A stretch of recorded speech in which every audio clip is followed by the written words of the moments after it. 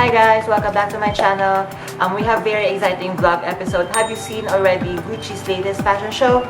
Join me as we watch together Gucci's latest collection entitled Gucci ARIA. Hi mga ka-budgetarian, Ron Ramiro here, Suki Budgetarian Fashionista. I vlog about fashion, shopping, luxury bags and accessories, travel and lifestyle. I'm inviting you guys to please join our growing family by hitting that subscribe button, hit that notification bell, and give me the thumbs up for more videos like this. Also, please do follow me on Instagram.com/Ramiro5 so you could get daily styling tips and updates coming from me. Alright, so I'm very excited to be doing this vlog episode. I'm pretty sure every one of us have seen how beautiful and how jaw-dropping the collection of Gucci's latest collection entitled ARIA is. So what we would be doing is I'm going to discuss my top 5 favorite bags from Gucci's latest collection.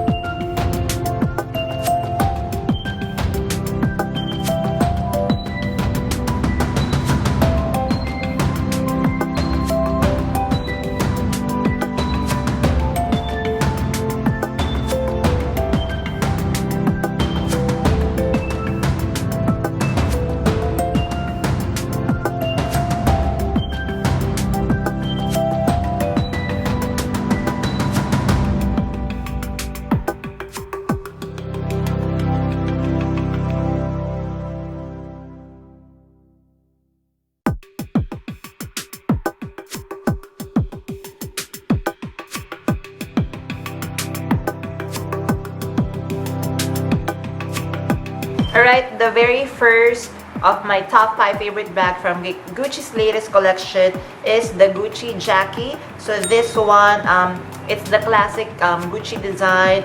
But what I love about this one, because again, this is like, you know, the very first time that they will be doing this, the Gucci X Balenciaga.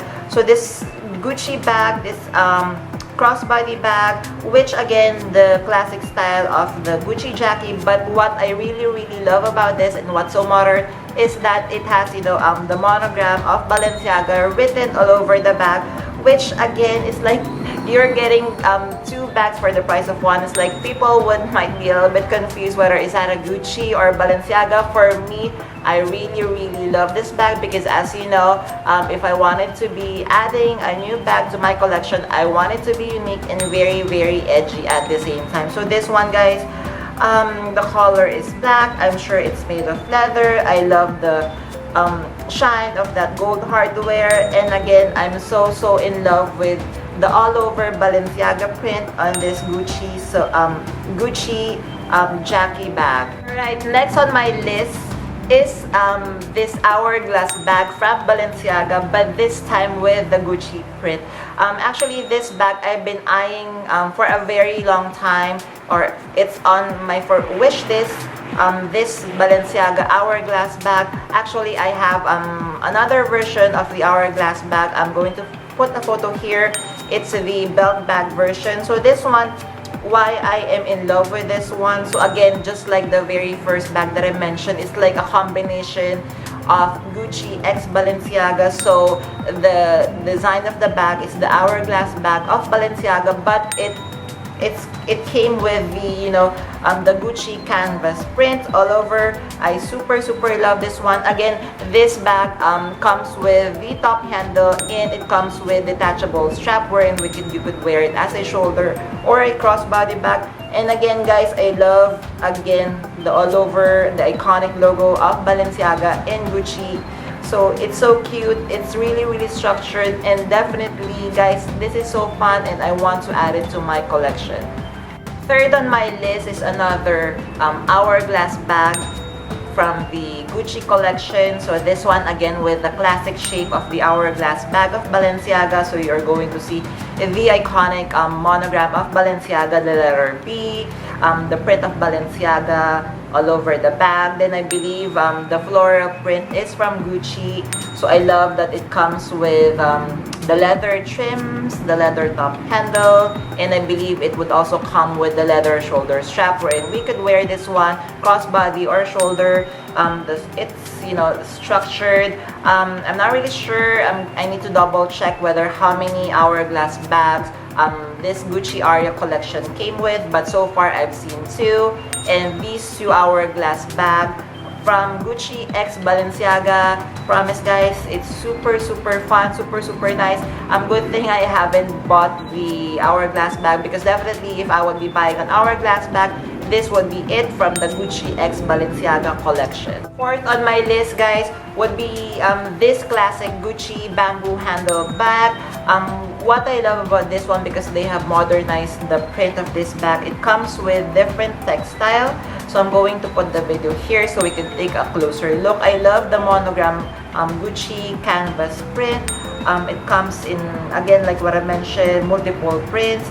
It looks young, looks really modern, and again, not just the bag, the entire outfit of the model that was wearing this bag was really fashion forward, super nice, and again, props to Gucci and Balenciaga for this one. Alright, last but not the least of my top favorite bags from Gucci ARIA's collection is this super explosive crystal encrusted heart-shaped bag or clutch. I hopefully, because we haven't seen this one close up yet, but hopefully this is a clutch bag. I love, as you know, heart-shaped bags are popular right now with different brands like Louis Vuitton, and other brands as well, YSL. So I love their, you know, tongue-in-cheek approach with the very popular heart-shaped bag, but this time what they did is the actual shape of the heart. I love it. It's very quirky, it's very edgy at the same time. I love that they encrusted it with crystal, and again, it's fun, it's playful, definitely something to look forward to. And you know, if I could add this to my collection, then definitely I would want to put it on my wish list. Alright, so how did you like our vlog episode for today? Hopefully you enjoyed it the way I did as well. It's been a while since Gucci did a fashion show, and I'm glad that they did this 100-year fashion show, and this time also in collaboration with Balenciaga, which made the collection, the clothes in the bags really explosive. So I'm super happy with that, and hopefully the 5 collection or the 5 bags that I've chosen, I could see them in person here at our own Gucci store. I love the Gucci Jackie. I love the Hourglass bag. Definitely the Hourglass bag, I want to add it because it suits my need in looking or adding a luxury bag to my collection. I love the top handle. I love the overall iconic prints on the bag. I love it's really structured, and I love that it comes with the shoulder strap that you could wear on different ways. So again, props to Gucci x Balenciaga. Congratulations on a very good latest collection that you've shown to us. Alright, so before we end our vlog episode, let's do comment of the day. I would like to say thank you to Double X Lux. So thank you for leaving this super awesome comment. I really appreciate your support. I love watching your vlog episode. Again, super thank you. Alright mga kabudgetarian, again, I'm inviting you guys to join our growing family. Please do hit that subscribe button, hit that notification bell, and give me the thumbs up for more videos like this. Also, please do follow me on Instagram.com/Ramir5 for daily updates and styling tips coming from me. Once again, another vlog episode has ended. I would like to say thank you to all of you guys for staying with me.